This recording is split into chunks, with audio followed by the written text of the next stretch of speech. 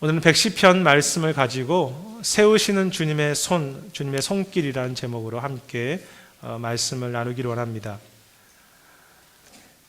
달라스 신학교에서 성경 말씀과 기독교 교육학을 가르쳤던 하워드 핸드릭스라고 하는 분이 계십니다. 참 귀한 교수님이고 지도자셨는데요. 몇 년 전에 그가 세상을 떠나셨을 때 많은 기독교 지도자들은 그는 진정한 영적 스승이었고 삶에 영향력을 주는 믿음의 선배였다고 아쉬워했습니다. 이 하워드 핸드릭스는 교육에 대한 관심이 컸기 때문에 사람을 세우며 훈련하는 것에 대한 많은 책을 썼습니다. 그 중에 사람을 세우는 사람이라는 책이 있습니다. 이 책의 원래 제목은 스탠딩 투게더입니다. 함께 세워져 가는 것. 참 책 제목이 좋죠? 이 책은 구약의 엘리야 선지자가 후배인 엘리사를 어떻게 하나님의 사람으로 세워갔는지에 대한 성경적 원리를 하워드 핸드릭스 자신의 경험과 함께 나눈 책입니다. 다른 이들을 세워가는 리더십과 멘토링과 관련된 책이기도 한데요.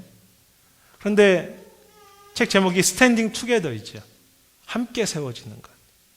엘리야가 후배 엘리사만 세운 것이 아니라 하나님은 그 하나님의 손길은 선배인 엘리야도 함께 세우셨다는 뜻입니다. 이 세우시는 것과 관련하여서 이 하워드 핸드릭스가 책 전체 속에서 확신하는 것이 하나 있었습니다. 그것은 그의 신앙과 사역의 중요한 원리가 되는데요. 이런 고백을 자주 합니다. 하나님께서 부족하지만 자신을 쓰신 이유는 하나님께서 성령과 그 은혜로 사람들을 변화시킬 수 있다고 하는, 즉 하나님이 세우신다고 하는 확신을 자신 안에 늘 심어주셨기 때문이라고 했습니다. 자신의 지식과 경험이 아니라 하나님의 손길이 직접 자신과 사람들을 세워가신다고 하는 그 믿음을 마음에 계속 심어주셨기 때문에 평생을 포기하지 않고 사역할 수 있었다는 것입니다. 하나님이 세워가시는 것에 대한 확신입니다. 그리고 오늘 시편 110편에서 시편 기자 역시 하나님께서 그리스도와 그의 종들을 세워가신다는 사실이 어떤 지식이 아니라 그의 마음속에 확신이 되어서 감사로 노래하고 있습니다. 11월 이 감사의 설교를 마무리하면서 또 이 페어록스 교회 건물에서 예배를 드리는 마지막 시간, 지금까지 우리 자신과 교회를 세워오셨고 또 세워가시는 그 하나님의 손길에 대한 확신과 감사가 우리 한 사람 한 사람 속에 다시 새롭고 생명 있게 일어나기를 소망하는 마음으로 이 시편 말씀을 나누기를 원합니다. 오늘 시편은 흔히 메시아를 기억하고 높이는 메시아의 찬송가라고 그렇게 불려집니다. 그래서 신약에서는 이 시편을 메시아, 즉 예수 그리스도를 향한 말씀으로 자주 인용하고요. 예수님도 이 시편이 자신을 향한 말씀이라고 그렇게 해석하십니다. 그런데 오늘 이 시편을 신약으로 가져오기 전에 먼저 구약에서 이 말씀을 해석할 필요가 있는데요. 이 시는 어떤 왕의 자리에 세워질 때, 즉 그 왕의 대관식이라고 하지 않습니까? 그럴 때 불려진 노래로 해석됩니다. 그렇게 해석하는 분들 중에는 보수적인 신학자들도 많이 계신데요. 미국으로 말하면 이 시편이 대통령 취임식 때 불려진 성가곡 같다고 할까요? 그리고 그렇게 왕관을 쓰고 새롭게 왕의 자리에 세워지는 사람이 누구입니까? 바로 다윗이지요. 그래서 오늘 시편 첫 부분에는 다윗의 시라고 써 있습니다. 얼마나 감격스러운 시이겠습니까? 하나님이 다윗을 왕으로 이렇게 세우실 때, 그 자리에 세우실 때 부른 노래입니다. 물론 여기에 조금의 논란이 있습니다. 그 1절에 보면요, 여호와께서 내 주께라고 말씀하시는 부분이 나옵니다. 구약에서 보통 이 주라고 하는 단어는 왕이나 주인을 말합니다. 오늘 이 왕의 취임식으로 본다면 다윗 자신을 말하겠죠. 그런데 다윗이 노래를 하면서 자신을 가리켜서 내 주께라고 말하는 것이 좀 이상하게 들립니다. 그래서 어떤 신학자들은 이 부분 때문에 이 시가 인간인 다윗 왕을 향해서 쓰인 것이 아니라 오로지 다윗이 메시아만을, 그 진정한 주이신 메시아만을 위한 찬양이라고 그렇게 해석하기도 합니다. 그러나 여러 가지 문맥으로 보았을 때 이 시는 다윗이 왕으로 세워질 때 어떤 선지자나 찬양대 중에 누군가가 이 다윗을 내 주라고 그렇게 표현하면서 이 시를 쓴 것을 노래로 만든 것으로 보입니다. 단지 다윗은 나중에 왕이 되고 나서 자신의 취임식 때 불렀던 이 노래를 늘 기억하면서 장차 오실 진정한 메시아, 즉 주를 소망하며 이 노래를 불렀겠지요. 정리해 본다면 이 시편은 우선적으로 하나님이 다윗을 왕으로 세우실 때 부른 노래이지만 다윗은 감히 자신이 진정한 왕과 주가 아니라는 것을 잘 알고 있었기 때문에 진정한 왕이신 그리스도, 그의 후손이신 그리스도를 향한 고백으로 바꾸어 찬양했다고 보는 것이 건강한 해석일 것입니다. 따라서 우리는 하나님께서 다윗을 왕으로 세우시는 장면을 상상하면서 오늘 말씀을 읽을 필요가 있습니다. 그렇다면 하나님은 다윗을 어느 정도로 세우고 계십니까? 1절에 보면 내가 너의 원수들을 너의 발판이 되게 하기까지, 즉 완전히 그의 원수들을 이기기까지 너는 내 오른편에 앉으라고 그렇게 말씀하시며 다윗을 하나님의 오른편에 앉도록 세우고 계십니다. 이 하나님의 오른편에 선다라는 것은, 세우신다고 하는 것은 참 귀한 의미가 있는 말씀인데요. 이 오른편에 앉는다는 것은 그 왕 옆에 왕비나 왕자가 앉는 것처럼 매우 친밀한 관계와 특별한 관심을 가지고 권능과 영광으로 그 사람을 이렇게 옆에 세운다는 뜻이 있습니다. 그래서 그 2절 말씀은 좀 더 구체적인 설명인데요. 시온에서부터 그 왕의 권능의 규를 내보내신다고 했는데 그 뜻은 하나님의 권위와 권능을 인간인 다윗 왕에게 이렇게 부어주시는 모습을 말합니다. 상상해 보십시오.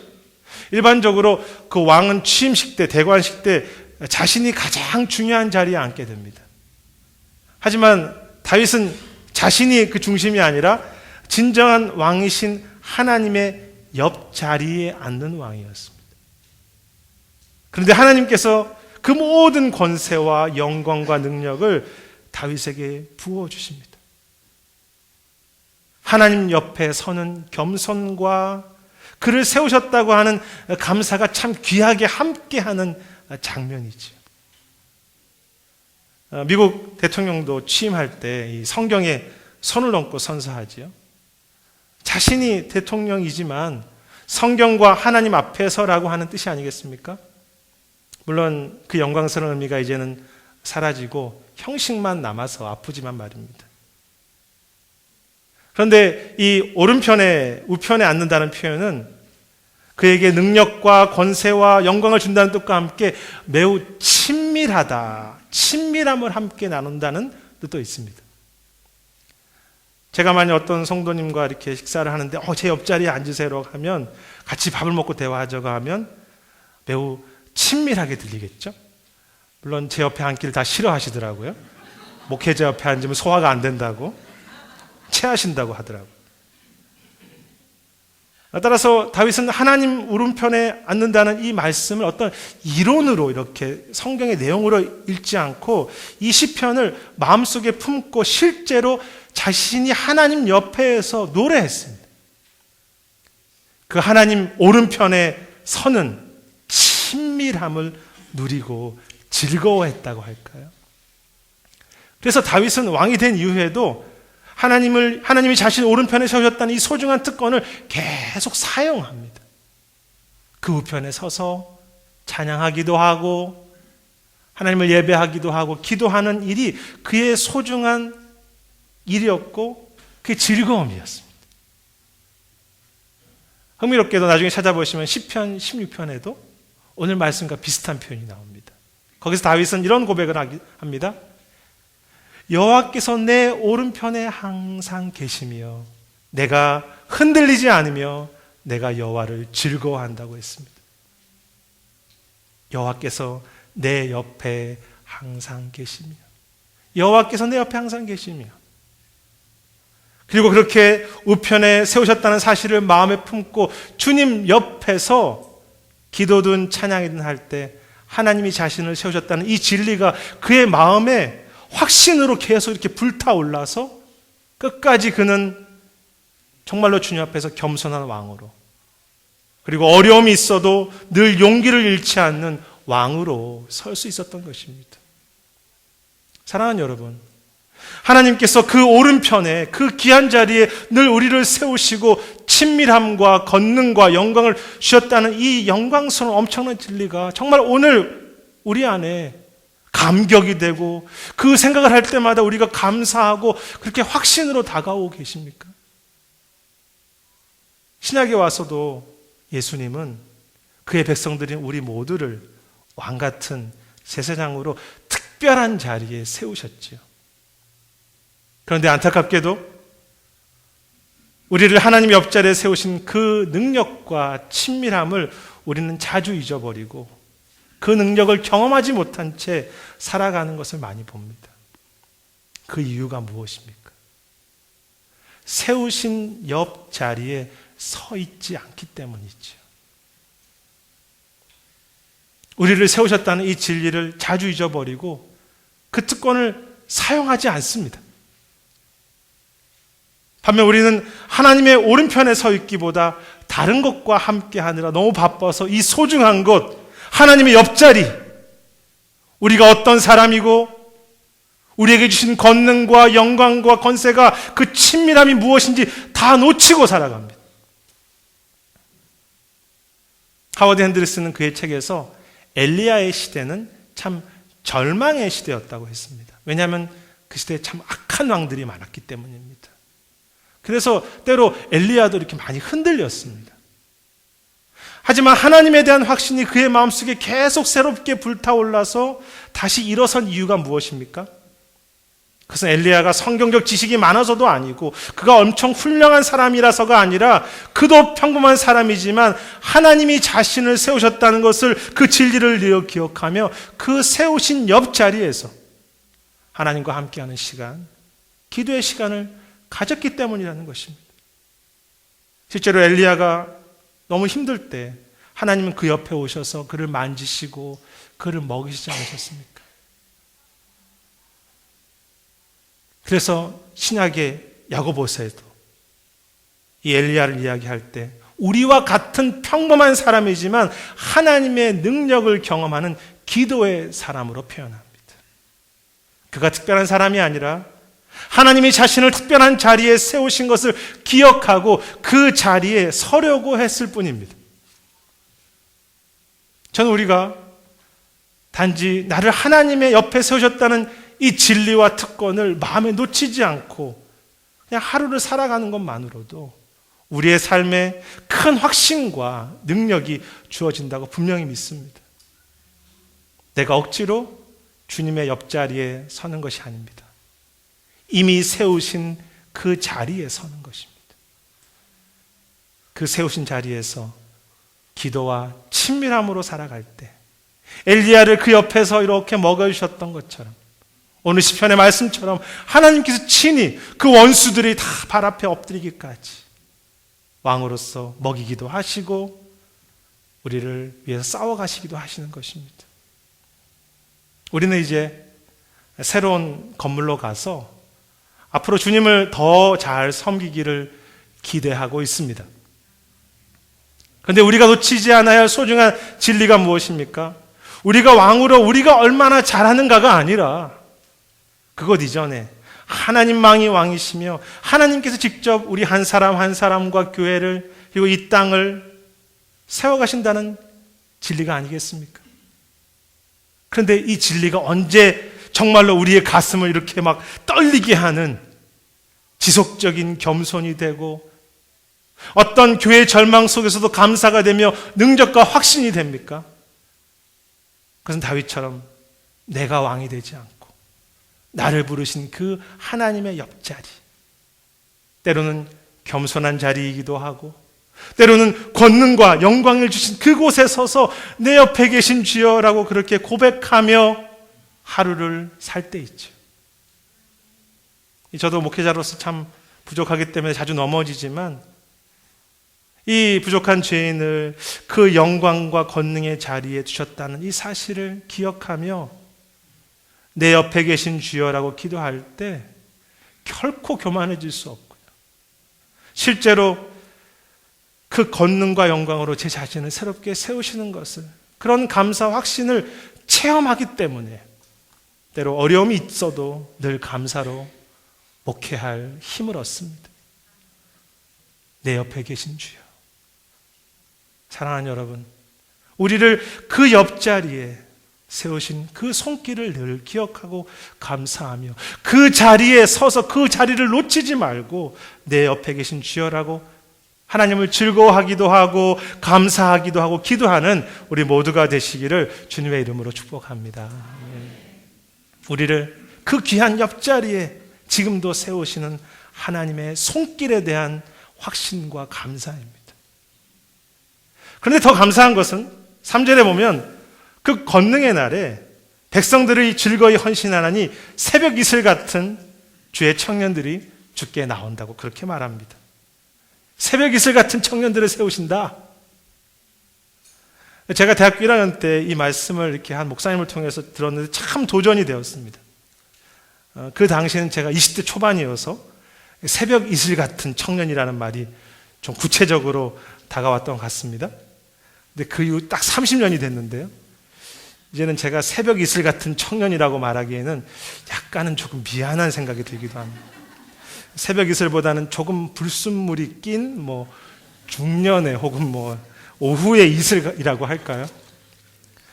제가 아는 한 분은 예수님 믿지 않은 분인데 우리가 하도 그때 새벽 이슬 하니까 자기 무슨 새로 나온 소주 이름인 줄 알았다고. 물론 아시면서 그렇게 농담하셨죠. 자기는 새벽 이슬보다는 진로 소주 참 이슬이 참 좋다고 그렇게 말했습니다. 그런데 여기서 이 새벽 이슬 같은 주의 청년이라는 말의 원래 의미는 어떤 청년이나 나이를 말하기보다는 이 원래 뜻은 아침에 엄마의 모태에서 새롭게 태어났다는 뜻이 있습니다. 참 이게 귀한 표현인데요. 시적인 표현인데, 즉 이 말씀은 아침마다 주님 앞에 만들어진 깨끗한 이슬처럼 새로운 마음, 새로운 헌신을 하는 사람들이 왕에게 계속해서 나타날 것입니다라는 축복입니다.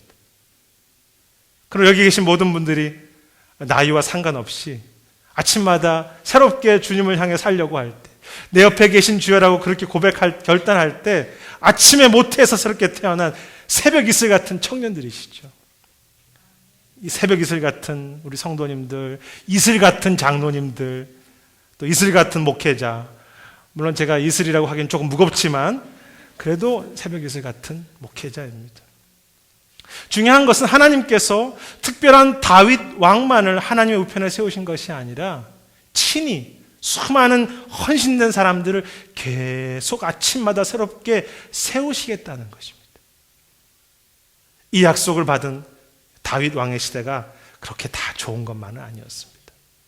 하지만 하나님은 그 어려움 속에서도 새벽 이슬 같은 이들을 계속 세우신다고 약속하십니다. 다윗은 왕에 오를 때 이 말씀을 들었고 그는 평생 이 약속을 붙잡고 찬양하고 기도하며 하나님께서 그의 백성과 그의 나라를 친히 세우실 것을 기대함으로 그의 평생을 살아갑니다. 물론 다윗이 왕이 오른 이후에도 그를 배신하는 아들도 있었고 그를 공격하고 반대하는 사람도 많았죠. 하지만 다윗은 이 약속, 하나님이 친히 세우시겠다고 하는 새벽 이슬 같은 사람을 세우시겠다고 하는 확신이 흔들리지 않았고 하나님은 실제로 다윗의 삶 속에, 아니 궁극적으로 메시아의 삶 속에, 그리스도의 삶 속에 수많은 새벽 이슬 같은 사람들을 계속 세워가셨습니다. 흥미로운 것은 이 약속을 끝까지 붙잡는 다윗 한 사람을 통해서 하나님은 그의 주변에 정말로 신실한 사람들을 계속 세우셨다는 것입니다. 그래서 하나님의 약속을 바르게 붙잡은 한 교회, 한 가정, 한 성도가 참 중요합니다. 그 사람 주변에 새벽 이슬 같은 사람들이, 그 교회 주변에 새벽 이슬 같은 사람들이 모이기 때문이죠. 그것은 엘리야 선지자도 마찬가지였습니다. 엘리야 시대는 참 앞에서 말했던 것처럼 가장 절망적인 시대였기 때문에 헌신된 사람들이 별로 보이지 않는 그런 시대였습니다. 하지만 하나님은 그 엘리야가 믿음을 포기하지 않을 때 오히려 그를 통해서 수많은 리더와 선지자들을 준비하시고 세워가십니다. 그 중에 엘리사도 있었던 것입니다. 저는 우리가 하나님께서 사람들을 세우시고 이 세대를 세우신다는 우리가 확신을 놓치지만 않는다면 하나님께서는 오늘도 분명히 새벽 이슬 같은 청년들을, 이들을 우리 삶 속에 우리 곁에 세우신다는 것을 경험했고 목회 속에서 앞으로도 그렇게 세우실 것을 저는 분명히 믿습니다. 한 번은 하워드 핸드릭스 목사님이 목회자들이 모이는 모임에 갔는데요. 목회자들이 교회의 문제를 이야기하면서 하나님의 약속을 의지하고 기도하기보다는 성도들이 잘 변하지 않는다고 절망하고 불평하며 목회적인 어떤 기술을 새롭게 바꿔보면 어떨까라고 의논하고 있었다고 그렇게 안타까워했습니다.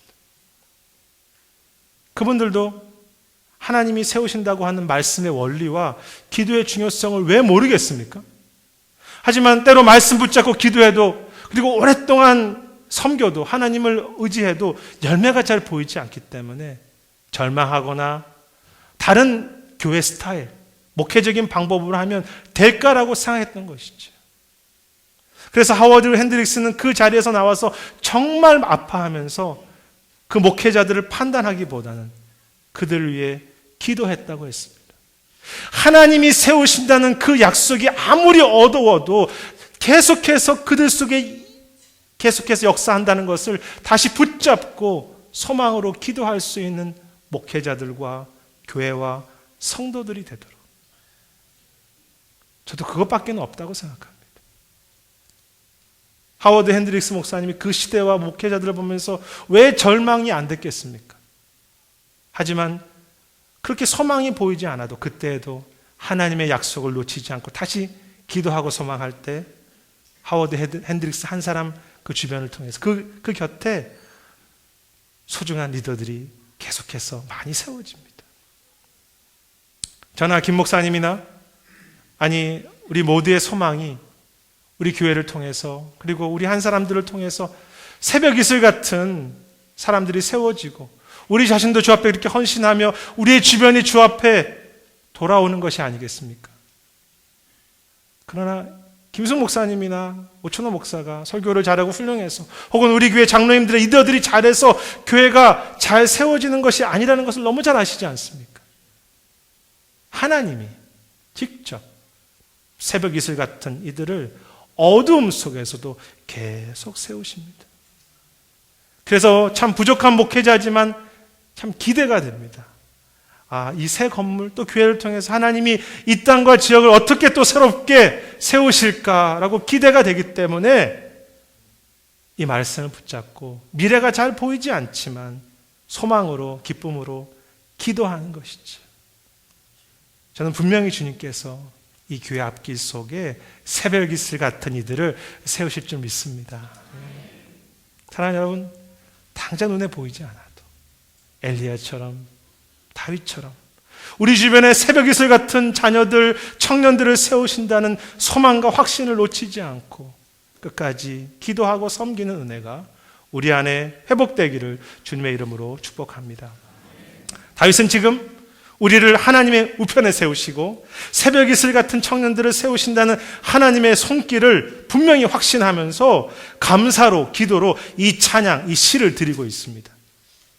그런데 이 다윗의 시편은 단지 하나님께서 다윗 자신과 새벽 이슬 같은 동역자들을 세우시는 것을 즐거워하고 헌신하고 감사하는 것에서 확신하고 감사하는 것에서 멈추지 않습니다. 그 확신의 감사가 하나님이 세우시는 것에 대한 다윗과 우리의 사명으로 이어지며 그것이 4절부터의 말씀입니다. 오늘 이 설교의 결론이자 적용 부분인데요. 오늘 4절 말씀에 보면 여호와는 맹세하시기를 내 주를 멜기세덱 서열의 영원한 제사장으로 세우셨다고 합니다. 다윗을 왕으로만 세우신 것이 아니라 제사장으로도 세우셨죠. 그래서 이 시편이 메시아의 시편으로서 그 예수님의 왕 되심, 그리고 예수님의 영원한 제사장 되심을 노래하는 찬양이 됩니다. 그리고 중요한 것은 앞에서도 말씀드렸던 것처럼 우리도 그 메시아 안에서, 그리스도 안에서 왕 같은 제사장이 되지 않습니까? 그런데 다윗은 왕 같은 제사장으로 어떻게 살아갑니까? 5절에 보면 다른 왕들을 쳐서 깨트린다고 했는데 그 모습은 왕으로서 전쟁하는 장면을 말합니다. 그리고 6절 역시 마찬가지이죠.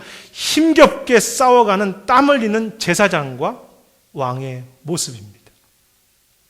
보통 제사장과 왕의 역할이 좀 다르죠. 제사장은 주로 싸매주고 기도해주고 용서해주는 역할이면 왕은 힘있게 싸우고 새롭게 하고 다스리고 고치는, 보호하는 용사와 같은 사람입니다. 하나님께서 다윗을, 아니 우리를 왜 왕으로 세우시고 제사장으로 세우십니까? 다윗이나 우리가 얼마나 소중한 사람인지 깨닫고 즐거워하고 좋아하고 노래만 하라는 것입니까? 하나님의 권세가 우리에게 있다는 것을, 우리가 얼마나 특별한 사람인 것을 자랑하라는 것입니까? 우리 교회가 얼마나 좋은 교회인지 자랑하라는 것입니까? 물론 그러한 감사와 교제와 즐거움이 시작이지요. 하지만 하나님께서 다윗을 왕과 제사장으로 세우신 목적, 우리 한 사람 한 사람들을 왕으로 제사장으로 세우신 목적은 그 왕의 마음을 가지고 전쟁에 들어가듯이 백성과 이 땅과 교회를 섬기라는 것이고, 제사장의 심정으로 희생하면서 백성을 위해 끝까지 싸매주고 섬기고 기도하라는 것입니다. 그런데 언제까지 그렇게 제사장으로 왕으로 섬겨야 합니까? 마지막 7절에 답이 있는데요. 매우 재미있는 구절입니다. 7절에 보시면 길가에 시냇물을 마신다는 표현이 나오는데, 이 모습은 그 왕이 전쟁을 치르면서 너무 지칠 때 시냇가에 물을 마신다는 의미가 있습니다. 왕으로서, 제사장으로서 멀리서 이렇게 구경하면서 명령하는 사람이 아니라 자신이 목이 마를 때까지, 시냇물을 먹을 때까지 전쟁에 참여하여서 자신을 쏟아붓는 왕입니다. 다윗의 평생은 어떤 삶이었습니까? 궁전에서 이렇게 머물렀던 삶이 아니라 자신을 제사장과 왕으로 세우신 그 확신과 감사 속에 모든 것을 다 쏟아부어서 왕으로 백성을 돌보고 제사장으로서 기도하는 삶이었죠. 정말 목이 마를 때까지 백성을 돌봅니다. 그것은 결코 쉽지 않았습니다. 엘리야는 하나님께서 후배 엘리사를 세우신다는 것을 확신하고 있었지만 그냥 가만히 있는 것이 아니라 후배인 엘리사가 신실한 사람으로 더 세워지도록 자신의 모든 것을 쏟아부어서 기도하기도 하고 모범을 보이기도 하고 또 축복해 주기도 합니다. 하워드 핸드릭스가 책에서 도전하기를, 우리가 정말로 교회와 사람을 세우고 싶다면 우리에게 주신 그 권능과 힘을 그 한 영혼, 그 한 교회, 그 한 서역에 쏟아 부어야 한다고 했습니다. 쉽게 얻어지는 교회의 열매와 인격의 열매가 있습니까?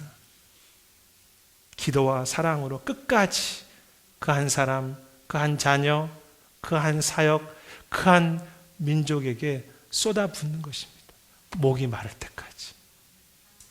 그런데 감사한 것은 그렇게 쏟아붓는데, 왕이 전쟁하는데 때로 지칠 수 있지만 7절의 말씀처럼 다시 시냇물을 마시고 결국 머리를 들게 된다고 했습니다. 이 물을 마시고 머리를 들게 된다는 것은 그 하나님의 위로와 그 함께 하심이 오늘 회복이 있다는 뜻이기도 하고, 마지막에 결국 머리를 든다는 것은 승리를 말하는데요. 승리와 영광을 약속하신 말씀입니다. 비록 힘들지만 그리스도와 함께 오늘 승리를 경험하고 물을 마시고 마지막 그리스도와 함께 우리의 머리를 들고 영광으로 세우신다고 하는 약속이죠. 이 설교를 준비하면서 제가 쏟아 부어야 할 곳은 어디인가 이렇게 생각해 보았습니다.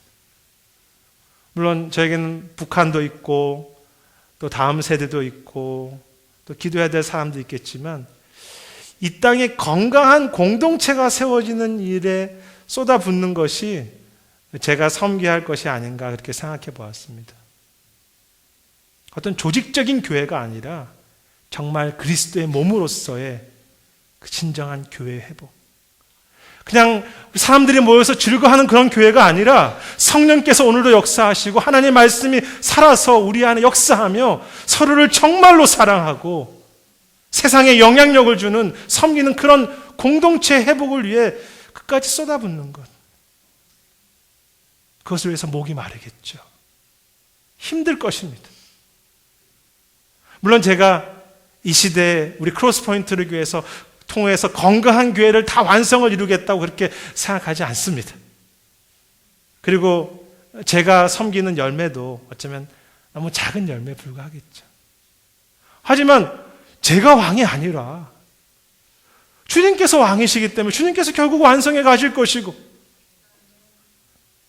때로 힘을 얻는 신의 물도 주신다고 하셨고 마지막 주님과 함께 내 머리를 드는 주 앞에서 영광스럽게 섰게 하실 것을 분명히 믿기 때문에 끝까지 제사장으로서 부족한 왕으로서 작은 기도와 작은 섬김을 우리 교회와 성도들에게 쏟아붓는 그 부르심에 순종하려고 하는 것입니다.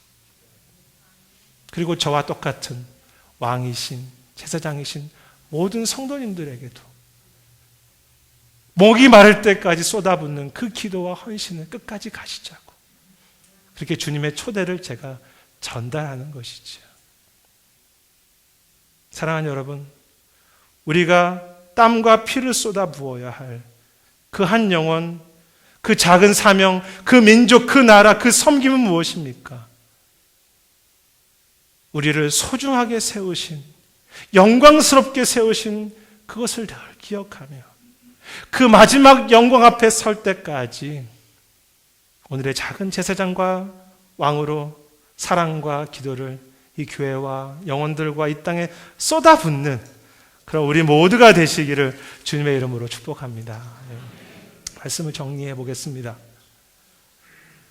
하워드 핸드리스는 이 땅에 어떤 사람도 역사 속에 슬그머니 들어왔다가 세상에 아무런 영향을 미치지 않고 슬그머니 사라지는 사람은 하나도 없다고 했습니다. 왜냐하면 하나님은 우리를 구원하실 때, 만드실 때 그 선하신 목적을 가지고 한 사람, 한 사람을 특별하게 세우셨기 때문이죠. 우리는 하나님의 계획과 비전이 있는 소중한, 우리 모두가 그렇습니다. 특별한 왕으로, 제사장으로 세우심을 받은 사람들입니다. 그런데 오늘날 많은 이들이, 그리스도인들도 이 비전을 잃어버리고 내가 다른 사람들에게 영향을 줄 수 없다고 생각하거나 그럴 필요도 없다고, 아니 이 세상과 교회는 더 이상 소망이 없다고 생각하면서 물러서서 구경꾼으로 산다고 안타까워했습니다. 비극이죠. 그리고 그 결과 교회와 성도가 세상에 영향력을 미치고 세상을 세우기보다 오히려 세상이 교회를 세우고 세상이 교회에 영향을 주고 받고 살아간다고 그렇게 안타까워했습니다. 우리가 사명을 잃어버리면 교회는 세상으로부터 영향을 받을 수밖에 없습니다. 그런 안타까움 속에 그는 도전하기를, 우리는 어떤 사역의 결과와 열매를 이루기 위해서 살아가는 그런 사람들이 아니라, 열매를 얻기 위해 살아가는 사람들이 아니라, 열매가 작아도 그 부르심에 끝까지 충성된 종으로 사는 사람이라고 그렇게 했습니다. 사랑하는 여러분, 부족한 다윗과 우리를 하나님의 우편에 앉게 하시고 우리를 그 사랑과 그 영광과 능력으로 제사장 삼으시고 왕으로 세우셨다는 이 약속, 이 시대에도 새벽 이슬 같은 청년들을 세우기 신다는 하나님의 그 계획과 약속이 정말로 날마다 새롭게 우리 속에 불타오를 수 있기를 소망합니다. 그러기 위해 우리를 하나님의 우편에 세웠다는 이 진리를 항상 기억하며 하루를 사십시오. 그리고 순간순간 내 옆에 계신 주여라고 그렇게 기도하고 하나님 옆에서 하루를 걸어가십시오. 이 말씀이 우리의 어려움과 상황을 넘어서는 이기는 확신이 되고 진정한 실제 능력이 될 것입니다. 그리고 열매가 잘 보이지 않아도 끝까지 왕으로 제사장으로 쏟아부었던 다윗처럼, 그 절망의 시기에도 포기하지 않고 한 사람에게 쏟아부었던 엘리야처럼, 한 사람에게, 한 지역이라도, 한 가정이라도 끝까지 기도하고 목이 마를 때까지 사랑하고 목이 마를 때까지 세워가는, 쏟아붓는 이 시대의 진정한 제사장과 왕들이 되시기를 주님의 이름으로 축복합니다. 그때 하나님께서 오늘 삶 속에 신의 물도 먹게 하실 것이고, 마지막 주 앞에 섰을 때 참 영광스러운 면류관을 우리 한 사람들에게 씌워주심으로 그리스도와 함께 영광으로 하나님 우편에 서게 하실 것입니다. 기도하시겠습니다. 하나님, 우리가 누구인지 놓치지 않게 하시고, 우리가 무엇 때문에 신앙생활 하는지, 우리가 무엇 때문에 이 땅을 사는지, 우리의 교회의 가장 핵심은 무엇인지, 그 가장 중요한 것을 놓치지 않게 하여 주시옵소서. 하나님이 왕이시고 우리가 그 옆자리에 서 있는 주의 종들이라는 사실을 기억하며 그 겸손과 영광으로 살게 하시고 철저한 회개와 정말로 진정한 담대함으로 살아가는 그런 우리 모두가 될 수 있도록 붙잡아 주시옵소서. 하나님, 한 분 한 분들을 세우셔서 감사합니다. 그 특권 놓치지 않게 하시고 때때로 절망이 되고 힘들어도 주 앞에 설 때까지, 목이 마를 때까지, 정말로 주님 앞에 영광스럽게 머리를 들 때까지 그 주신 제사장과 왕의 사명을 감당해가는 교회와 성도들이 될 수 있도록 축복해 주시옵소서. 감사드리고 모든 말씀 예수님 이름으로 기도드립니다.